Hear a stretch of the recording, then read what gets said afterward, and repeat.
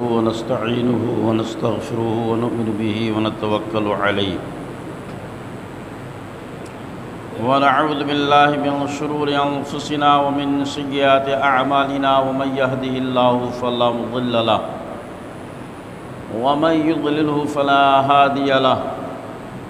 ونشهد أن لا إله إلا الله ونشهد أن محمدا عبده ورسوله أما بعد فأعوذ بالله من الشيطان الرجيم بسم الله الرحمن الرحيم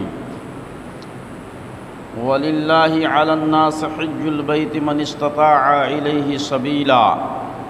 ومن كفر فإن الله غني عن العالمين صدق الله مولانا العظيم وصدق رسوله النبي الكريم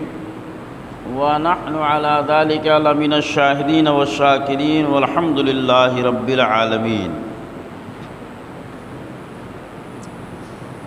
إن الله وملائكته يصلون على النبي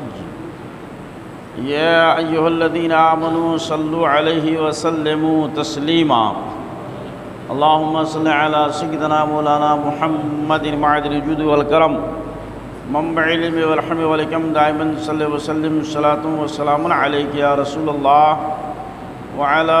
آلك وأصحابك وأزواجك وذرياتك أجمعين. سامعین کرام، اس سے پہلے کہ جمعہ کے خطاب میں حج کی فرضیت و اہمیت کے حوالے سے بیان کیا گیا تھا.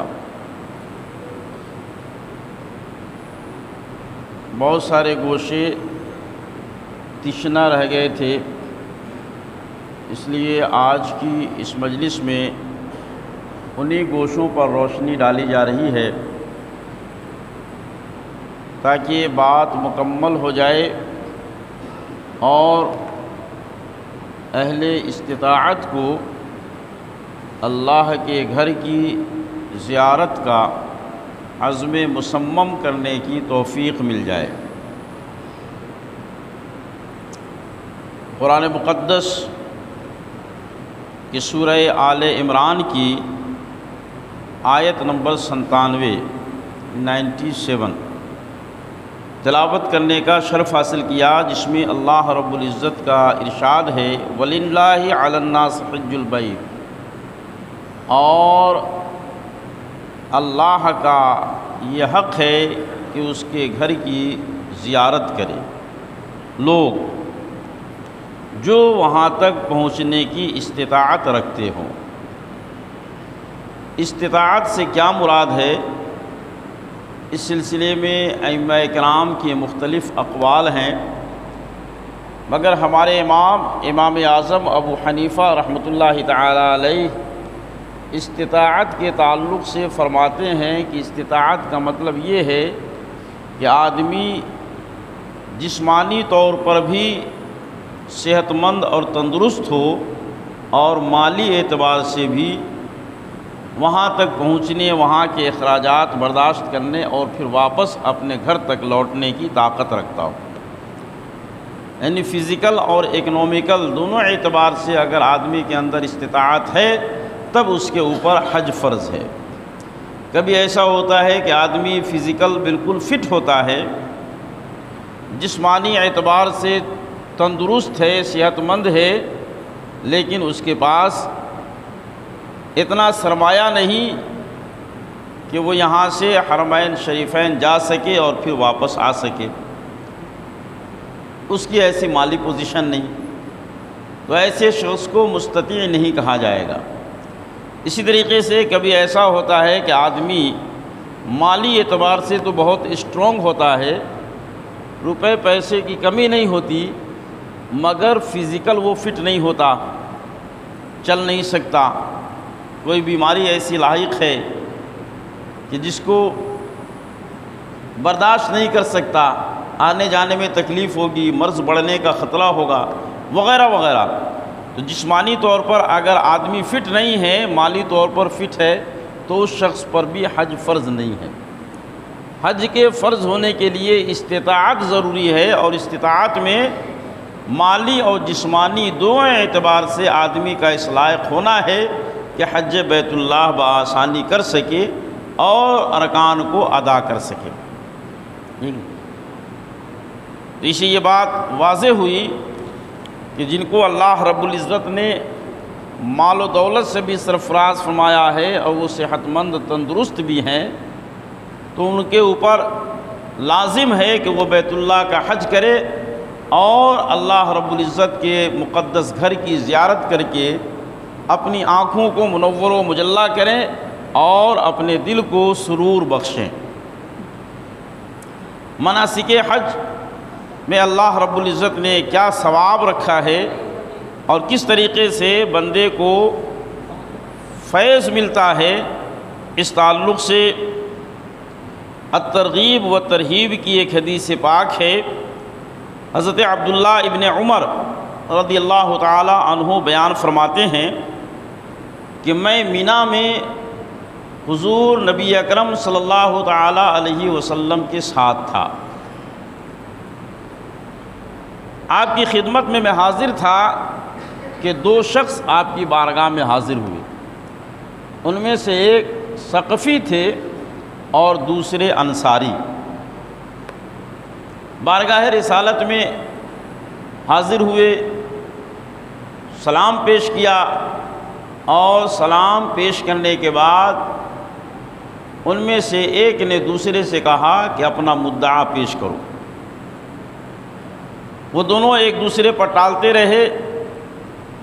یہاں تک کہ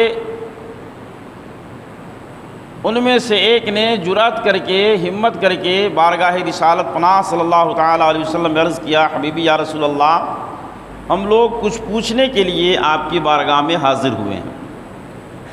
آقا کریم صلی اللہ تعالیٰ علیہ وسلم نے ان کے اس عرضی پر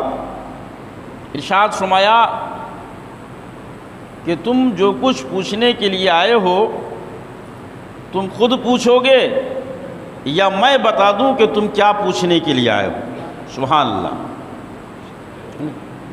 تو ان صحابہ نے کہا کہ حبیبی یا رسول اللہ، آپ ہی ارشاد فرما دیں کہ ہم لوگ کیا پوچھنے کے لیے حاضر ہوئے ہیں۔ آقا صلی اللہ تعالیٰ علیہ وسلم نے ان کے اس سوال کے بعد کہا کہ سنو، تم لوگ یہ پوچھنے کے لیے حاضر ہوئے ہو کہ آدمی جب اپنے گھر سے حج کے لیے نکلتا ہے، اپنے جانور پہ سوار ہوتا ہے، تو اللہ رب العزت اسے کیا ثواب عطا فرماتا ہے۔ پھر اس کے بعد کعبہ شریف کا طواف کر کے 2 رکعات نماز ادا کرتا ہے تو اللہ رب العزت اسے کتنا ثواب عطا فرماتا ہے۔ پھر اس کے بعد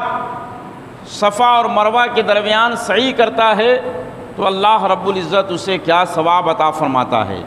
عرفات میں قیام کرتا ہے تو اللہ رب العزت اسے کیا ثواب عطا فرماتا ہے۔ پھر اس کے بعد وہ کنکری مارتا ہے تو اللہ رب العزت اسے کیا ثواب عطا فرماتا ہے، اور پھر قربانی کرتا ہے تو اللہ رب العزت اسے کیا ثواب عطا فرماتا ہے۔ اس کے بعد وہ اپنے سر منڈواتا ہے تو اللہ رب العزت اسے کیا ثواب عطا فرماتا ہے۔ پھر اس کے بعد احرام کھولتا ہے تو اللہ رب العزت نے اس میں کیا ثواب رکھا ہے۔ اس طریقے سے ان اعمال کے بجا لانے میں اللہ رب العزت بندوں کو کیا ثواب عطا فرماتا ہے، یہ پوچھنے کے لیے تم حاضر ہوئے۔ جب آقا صلی اللہ تعالیٰ علیہ وسلم نے ان کے سوالوں کو ان کے سامنے رکھ دیا تو وہ دونوں صحابی فرط مسرت سے جھوم اٹھے، اور جھوم کر کے انہوں نے کہا، قسم ہے اس ذات کی جس نے آپ کو نبی برحق بنا کر کے دنیا کے اندر مبعوث فرمایا، بے شک ہم لوگ یہی سوال لے کر کے آپ کی بارگاہ میں حاضر ہوئے ہیں۔ پھر اس کے بعد آقا کریم صلی اللہ تعالیٰ علیہ وسلم نے جواب ارشاد فرمایا کہ سنو، اب اس کا جواب سنو۔ تمہارے سوال کا جواب یہ ہے کہ بندہ جب اپنے گھر سے سواری پہ سوار ہو کر کے یا پیدل حج کے لیے نکلتا ہے تو اللہ رب العزت اس بندے کو ہر قدم پر ایک ثواب عطا فرماتا ہے، اور اس کے ایک گناہ کو مٹاتا ہے اور اس کے ایک درجے بلند فرماتا ہے۔ سبحان اللہ۔ یعنی ایک قدم پہ اللہ رب العزت گویا کہ اسے 3 فضیلتیں عطا فرماتا ہے، ایک گناہ مٹاتا ہے، ایک درجہ بلند فرماتا ہے، اور ایک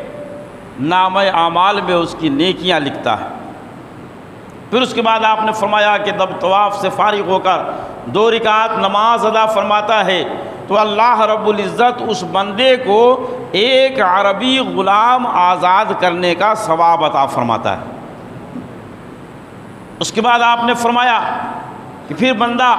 صفا اور مروہ کے درمیان سعی کرتا ہے تو اللہ رب العزت ہر سعی کے بدلے میں اسے 70 غلام آزاد کرنے کا ثواب عطا فرماتا ہے۔ اس کے بعد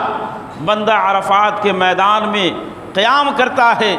جب وہ عرفات کے میدان میں جمع ہوتا ہے اور سارے حجاج جمع ہو جاتے ہیں وہاں پہ، تو اللہ رب العزت اپنے فرشتوں کی طرف خاص طور سے متوجہ ہوتا ہے، اور متوجہ ہونے کے بعد اپنے ان بندوں پر فخر کرتا ہے۔ ارشاد فرماتا ہے کہ فرشتوں دیکھو یہ میرے بندے ہیں جو دور دراز سے سفر کر کے میری بارگاہ میں حاضر ہوئے ہیں، پراگندہ بال ہیں، ان کے جسم پر سفر کے آثار اور سفر کی تکان ہے، دور دراز سے حاضر ہو کر میری بارگاہ میں دستے سوال دراز کیے ہوئے ہیں۔ سنو، اگر ان کا گناہ ریت کے ذروں کے برابر ہو، ریت کے ذروں کے برابر، اگر ان کا گناہ پانی کے قطرات کے برابر ہو، اگر ان کا گناہ سمندر کی جھاگ کے برابر ہو، تو میں ان تمام خطاؤں کو معاف فرماتا ہوں اور انہیں بخشش کا پروانہ عطا فرماتا ہوں۔ آج یہ بندے میرے پاس حاضر ہوئے۔ یہی وجہ ہے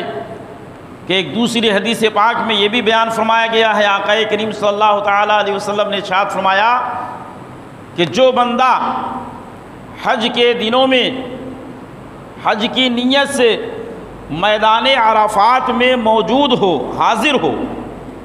اور پھر اس کے بعد اگر وہ یہ خیال کرے کہ میں اب بھی گنہگار ہوں، میرے اوپر گناہ باقی ہے، تو اس نے اللہ رب العزت پر گویا ظلم کیا۔ یعنی میدان عرفات میں پہنچنے کے بعد اللہ رب العزت اپنے بندوں کی بخشش فرما دیتا ہے، اسے گناہوں سے صاف ستھرا فرما دیتا ہے۔ یہ میدان عرفات میں حاضر ہونے کا انعام ہے۔ پھر اس کے بعد بندہ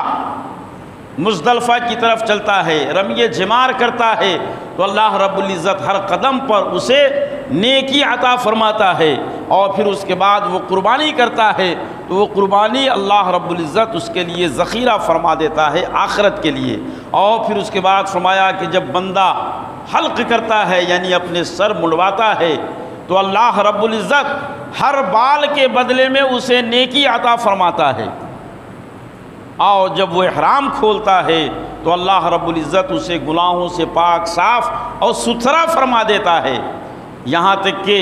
ایک فرشتہ حاضر ہوتا ہے اور حاضر ہونے کے بعد اس کے کاندھے کو تھپ تھپاتا ہے، اور تھپ تھپانے کے بعد وہ کہتا ہے کہ جا اب از سرے نو عمل کر، یعنی یہاں تک تم نے جو کچھ بھی غلطی کی تھی، خطائیں کی تھی، اللہ رب العزت نے ان تمام کو بخش دیا ہے، اب تو جیسا عمل کرے گا تمہارے نامہ اعمال میں ویسے ہی کارنامے لکھے جائیں گے۔ گویا کہ فرشتہ حاضر ہو کر اس کے گناہوں کے مٹنے پر مہر لگاتا ہے اور اسے بشارت اور خوشخبری عطا فرماتا ہے۔ میرے محترم بزرگوں اور دوستو، اس حدیث پاک سے پتہ چلا کہ بندہ جب حج کر لیتا ہے تو اللہ رب العزت اس کی خطاؤں کو معاف فرما دیتا ہے، گناہوں سے اسے صاف ستھرا فرما دیتا ہے۔ یہ اس حدیث پاک سے ثابت۔ اب یہیں پر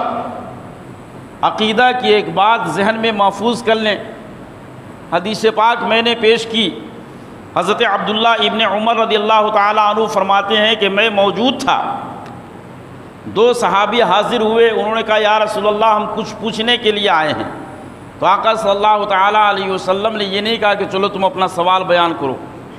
بلکہ آپ نے یہ فرمایا کہ تم جو کچھ پوچھنے آئے ہو تم اپنی زبان سے کہو گے یا میں اپنی طرف سے بتا دوں کہ تم کیا پوچھنے کے لیے آئے ہو؟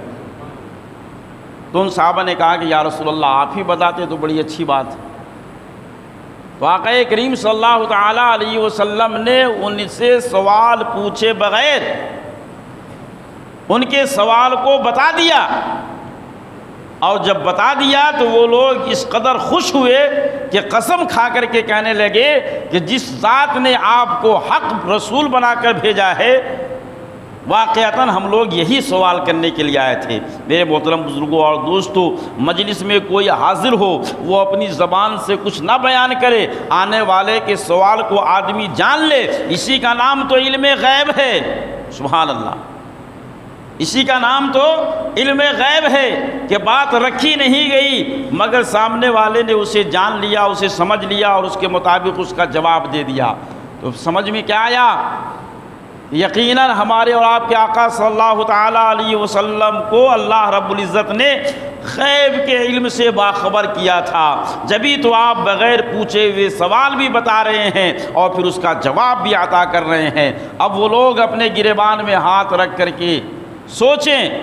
اور غور کریں کہ جو لوگ معاذ اللہ دن رات یہ رٹ لگاتے پھرتے ہیں کہ رسول اللہ صلی اللہ تعالیٰ علیہ وسلم کو غیب کا علم نہیں ہے، غیب کا علم تو صرف اللہ ہی کو ہے، غیب کی خبر رسول اللہ کو کیا ہے، وغیرہ وغیرہ، اس قسم کی جو خرافات کرتے ہیں وہ یقیناً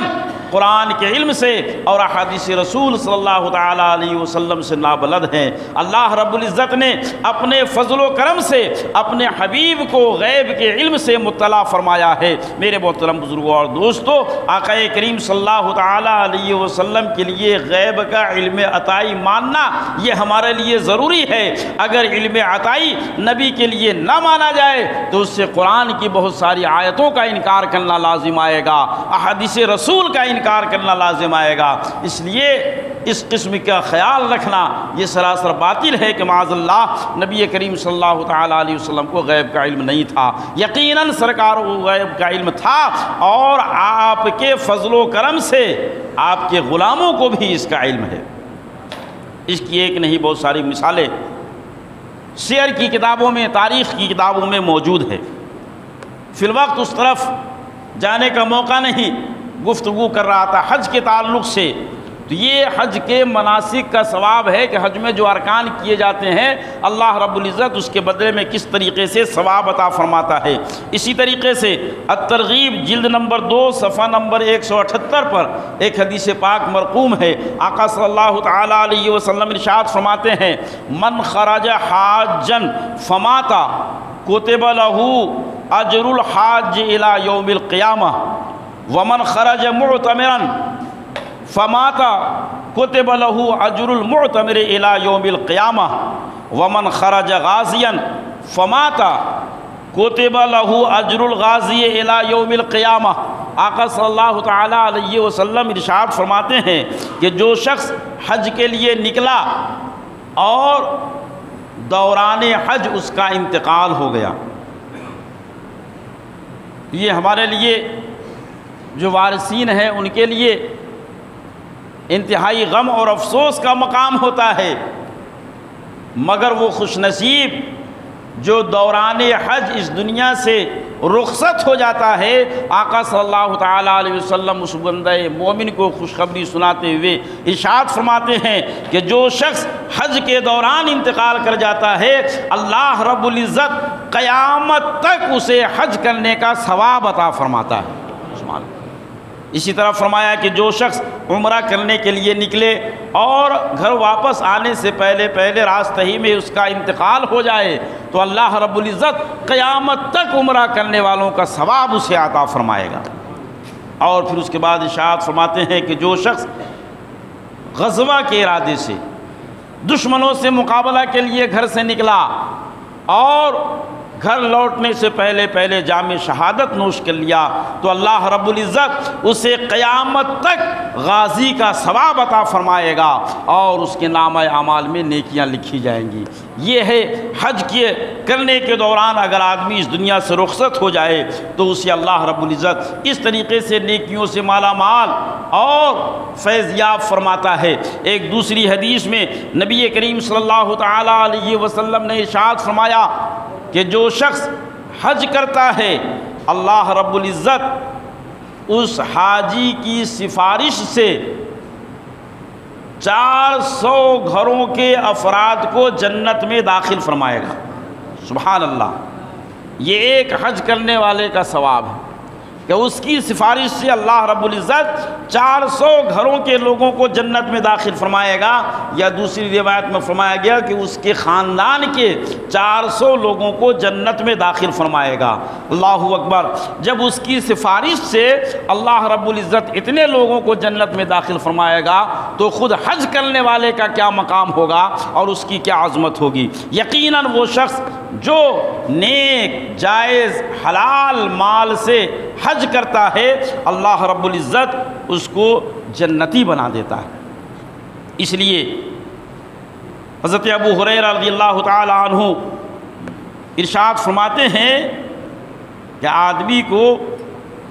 حلال طیب اور پاکیزہ مال سے حج کرنا چاہیے۔ حضرت ابو ہریرہ آقا کریم صلی اللہ تعالی علیہ وسلم سے روایت کرتے ہوئے ارشاد فرماتے ہیں، نبی کریم صلی اللہ تعالیٰ علیہ وسلم نے ارشاد فرمایا کہ بندہ جب پاک صاف طیب حلال کمائی سے حج کے ارادے سے نکلتا ہے اور وہ سواری پر بیٹھتے ہوئے لبیک کہتا ہے تو آسمان کے فرشتے اس کے جواب میں لبیک و سعدیک کہتے ہیں کہ اے اللہ کے بندے تم اللہ کے لیے لبیک کہہ رہے ہو تو اب اللہ کی رحمت تمہاری طرف متوجہ ہو رہی ہے، تمہاری حاضری قبول ہے اور تمہیں حج مقبول کا ثواب عطا فرمایا جائے گا۔ تم نیک طیب حلال پاکیزہ مال سے اس پاک ارادے سے حج بیت اللہ کے لیے نکلے تو تمہاری حاضری مقبول ہے اور تمہارا حج یہ مبرور ہے۔ اس کے ساتھ ہی آقا صلی اللہ تعالیٰ علیہ وسلم ارشاد فرماتے ہیں کہ اگر کوئی شخص حرام مال سے حج کرنے کے لیے جاتا ہے، ناپاک مال سے حج کرنے کے لیے جاتا ہے اور وہ بندہ لبیک کہتا ہے تو آسمان کے فرشتے اس کے جواب میں کہتے ہیں لا لبیک ولا سعدیک، نہ تمہاری حاضری قبول ہے اور نہ تمہارا آنا مقبول ہے کہ تم نے حلال مال سے اپنا سفر نہیں کیا بلکہ حرام مال سے تم نے اپنا سفر کیا ہے، اور جو حرام مال سے سفر کرتا ہے اللہ رب العزت اس کے سفر حج کو اور اس کے حج کو قبول نہیں فرماتا۔ تو میرے محترم بزرگوں اور دوستو، یہ حدیث جو ترغیب جلد نمبر 2 صفحہ نمبر 164 کی ہے، اس سے یہ ثابت ہوا کہ حج اسی بندے کا قبول ہوتا ہے جو بندہ اللہ رب العزت کی رضا کے لیے اپنے حلال اور طیب مال کو اس سفر میں خرچ کرتا ہے اور جائز اور پاکیزہ مال کے ذریعے سے حج کی سعادت حاصل کرتا ہے۔ لہٰذا جب حج کرنے کے لیے آدمی جائے تو اس میں خصوصیت کے ساتھ جانچ پڑتال کے ساتھ اپنی محنت مشقت کی جائز کمائی پوری خرچ کرے تاکہ اللہ رب العزت اس کے خرچ کرنے کو اپنی بارگاہ میں قبول فرمائے اور اس کے حج کا بہتر سے بہتر بدلہ عطا فرمائے۔ آدمی جب حج کا ارادہ کرے تو حلال طیب پاکیزہ مال سے حج کرے، حرام مال سے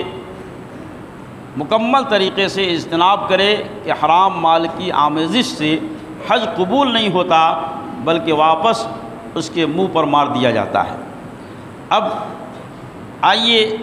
ہم یہ دیکھیں کہ اس حج کی حکمت کیا ہے اور اسے کیوں فرض کیا گیا۔ ہر عمل کے پیچھے کوئی نہ کوئی حکمت ہے اور ہر عبادت کے پیچھے کوئی نہ کوئی مصلحت ہے۔ مثال کے طور پر اللہ رب العزت نے اپنے بندوں پر 5 وقت کی نماز فرض کی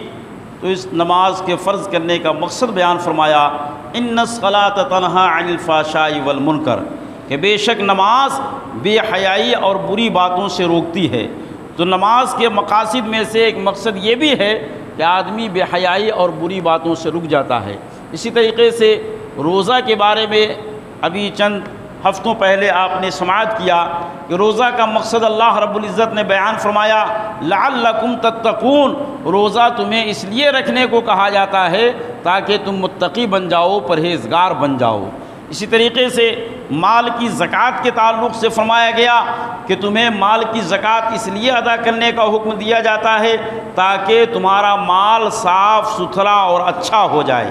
اور اس تمہارے مال کے اندر بڑھوتری ہو، اضافہ ہو۔ میرے محترم بزرگوں اور دوستو، یہ ہیں اعمال اور فرائض کی حکمتیں جو اختصار کے ساتھ آپ کے سامنے پیش کی گئی۔ حج کی حکمت کیا ہے؟ حج اللہ رب العزت نے کیوں فرض کیا؟ اگر اس کی حکمت پر غور کریں گے تو پتہ چلے گا کہ اللہ رب العزت نے اس فریضے کو اس لیے فرض کیا ہے تاکہ بندہ جب حج کے لیے نکلے تو اس کو آخرت کی یاد آ جائے اور دنیا کی بے ثباتی، دنیا کے لوگوں پر تکیہ، دنیا کے جاہ و منصب اور دنیا کے اعزاز و اکرام کی حقیقت اس کی نگاہ کے سامنے آ جائے کہ یہ کیا ہے اور یہ کہاں تک ہمارا ساتھ دے سکتے ہیں۔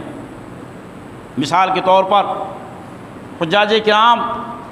جب حج کے لیے روانہ ہوتے ہیں تو ہم دیکھتے ہیں کہ دوست و احباب انہیں سی آف کرنے کے لیے، رخصت کرنے کے لیے کچھ لوگ محلہ کے نکڑ تک جاتے ہیں اور وہاں سے واپس پلٹ آتے ہیں، کچھ لوگ ریلوے اسٹیشن تک جاتے ہیں دوست و احباب، وہاں سے الوداع کہہ کر کے واپس آ جاتے ہیں۔ جو بہت کلوز اور بہت قریبی ہیں وہ ایئرپورٹ تک جاتے ہیں اور پھر وہاں سے پلٹ کر کے واپس آ جاتے ہیں۔ یعنی ایک مقام ایسا آتا ہے کہ دنیا کے جتنے دوست و احباب ہیں وہ سارے کے سارے آہستہ آہستہ ساتھ چھوڑ جاتے ہیں اور پھر وہ یکا و تنہا آگے کے سفر پر روانہ ہوتا ہے۔ بلا تشبیہ و تمثیل ہم دیکھتے ہیں کہ جب ایک انسان کا انتقال ہوتا ہے تو گھر کے کچھ لوگ ایسے ہوتے ہیں، خاص طور سے خواتین ایسی ہوتی ہیں جو دہلیز پر آ کر کے رک جاتی ہیں، آگے قدم نہیں بڑھاتی۔ کچھ لوگ ایسے ہوتے ہیں جو محلے کی آخر سرحد تک پہنچتے ہیں اور پہنچ کر کے رک جاتے ہیں، واپس پلٹ آتے ہیں۔ کچھ لوگ ایسے ہیں جو قبرستان تک جاتے ہیں، نماز جنازے میں شریک ہوتے ہیں، پھر دفن کرتے ہیں، دفن کرنے کے بعد دعا مانگتے ہیں، پھر اس کے بعد واپس آتے ہیں اور پھر اس کے بعد وہاں سے آگے کا جو مرحلہ ہوتا ہے وہ یکا و تنہا ہوتا ہے۔ بلا تشبیہ و تمثیل حجاج کرام کو آپ دیکھیں تو یہی حال ان کا ہے کہ ایک مرحلے تک لوگ ساتھ جاتے ہیں اور پھر اس کے بعد ساتھ چھوڑ دیتے ہیں۔ پھر اس کے بعد جب حجاج کرام ایئرپورٹ پر پہنچتے ہیں اور جب چیکنگ کا سلسلہ شروع ہوتا ہے وہ اپنا پاسپورٹ دکھاتے ہیں، ڈاکومنٹس دکھاتے ہیں۔ اگر سارے ڈاکومنٹس صحیح ہوتے ہیں، ٹھیک ٹھاک ہوتے ہیں، تب تو انہیں آگے جانے دیا جاتا ہے، اور اگر اس میں معمولی سی بھی غلطی ہوتی ہے تو وہیں پر روک دیا جاتا ہے۔ میں ایک مرتبہ جا رہا تھا فیجی، دنیا کے کنارے، میرے پاسپورٹ پہ جو نمبر چڑھا ہوا تھا وہ شروع ہو رہا تھا زیڈ سے، باقی جتنا تھا ڈاکومنٹ سارا کا سارا صحیح تھا، زیڈ سے نمبر شروع ہو رہا تھا، تو وہاں پر زیڈ کے بجائے اس نے جو وہاں سے بھیجا تھا ویزا یا لیٹر وغیرہ، اس میں اس نے 2 کر دیا۔ امیگریشن میں مجھے روک دیا گیا، 7 گھنٹے تک تقریباً رکا، جب تک وہاں سے وہ کلیئر ہو کر کے نہیں آیا آگے بڑھنے نہیں دیا گیا۔ یعنی صرف 2 اور زیڈ کے فرق کی وجہ سے آدمی کو ڈیٹین کر لیا جاتا ہے، روک لیا جاتا ہے، آگے بڑھنے نہیں دیا جاتا۔ اب یہی تصور کرے کہ دنیا کے ڈاکومنٹس میں اگر ایک معمولی سی غلطی ہو جائے، انسانی خطا ہو جائے تو بندے کو آگے نہیں جانے دیا جاتا۔ اسی طریقے سے بندے کو جب قبر کی